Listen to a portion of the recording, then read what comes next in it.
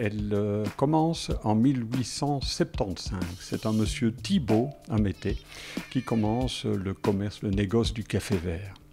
Son fils viendra habiter Ciney et après la guerre de 14-18 débutera la même activité que son père. Il rencontrera ma grande-tante, Alice Mossia, et c'est comme ça donc que dans la famille des Mossia, on va poursuivre le commerce et le négoce du café vert. En 1946, c'est mon père qui reprend l'activité de son oncle et il vendra du café vert tout au long des années 40 et 50 et puis c'est durant les années 60 qu'il se mettra à torréfier le café. En 1983, c'est moi-même qui reprends l'activité de papa et je rachète un torréfacteur, je construis l'atelier et j'agrandis bien sûr et je poursuis l'activité de la torréfaction alors du café et jusqu'à ce jour. Ce sera l'expérience, le temps qui fera qu'on va développer un savoir, un ressenti et qui est bien nécessaire dans la torréfaction du café. Il est important de ressentir ce qu'on fait, les lois, je dirais, de la torréfaction, comment évolue le café, le goût, la perception des différentes origines. C'est tout ça qui est important et qu'on ne peut que découvrir que par l'expérience.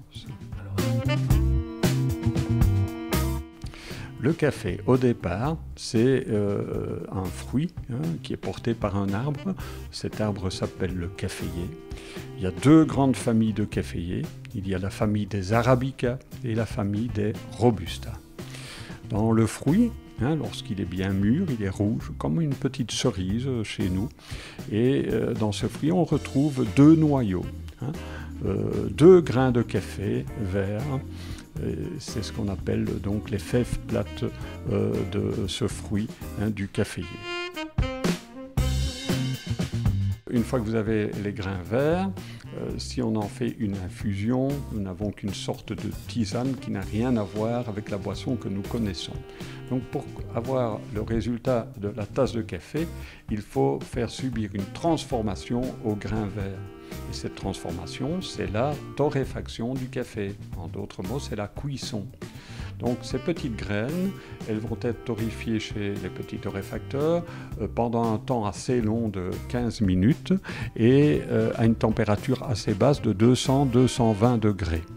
Ce qui fait cette torréfaction lente va donner un café bien cuit. L'intérieur du grain comme l'extérieur du grain sera cuit de la même manière, de la même couleur.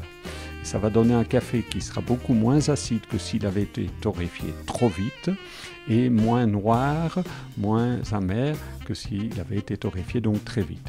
Moins d'acidité donne comme résultat que des personnes qui ne digèrent pas bien certains cafés torréfiés trop vite le digèrent mieux, ce café d'un petit torréfacteur. Et c'est là notre grand succès, c'est qu'on peut retrouver des consommateurs qui apprécient alors un café moins acide. On peut avoir des cafés plus forts, plus corsés, plus doux. Donc c'est cette subtilité que l'on découvre avec le temps et on a envie alors de créer pour aussi répondre aux attentes d'un plus grand nombre de clients. Puisqu'il y a des personnes qui sont plus intéressées par la douceur d'un café, d'autres par l'amertume du café, par le corps, l'épaisseur que l'on peut trouver donc, dans certains cafés. Comme tout ce que l'on peut goûter ou boire, c'est en fonction de ce que l'on est, que l'on va avoir plutôt une attirance pour un type de café fort, corsé, un café doux, éventuellement, etc. Donc, il faut partir de ce que l'on est, de ses sensations, et c'est comme ça que j'interpelle toujours mes clients, c'est qui êtes-vous, que recherchez-vous, qu'aimez-vous, que ressentez-vous?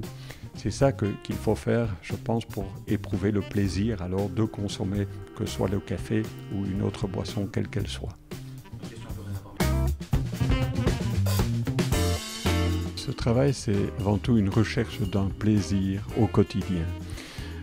Il est vrai que quand on aime son travail, on le fait avec son cœur et avec beaucoup de plaisir. Et ça vous donne une énergie de vie.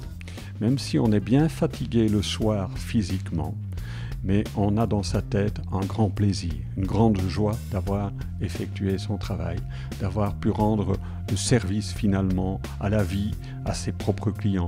La rencontre avec les autres, avec mes clients, c'est toujours un enrichissement.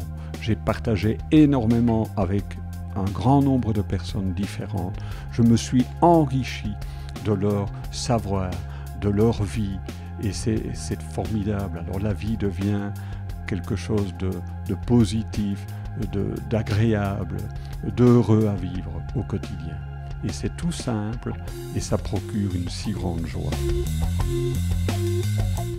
Venez découvrir, venez comprendre comment on torréfie, comment on travaille le café, quelles sont les différentes origines, les différentes caractéristiques.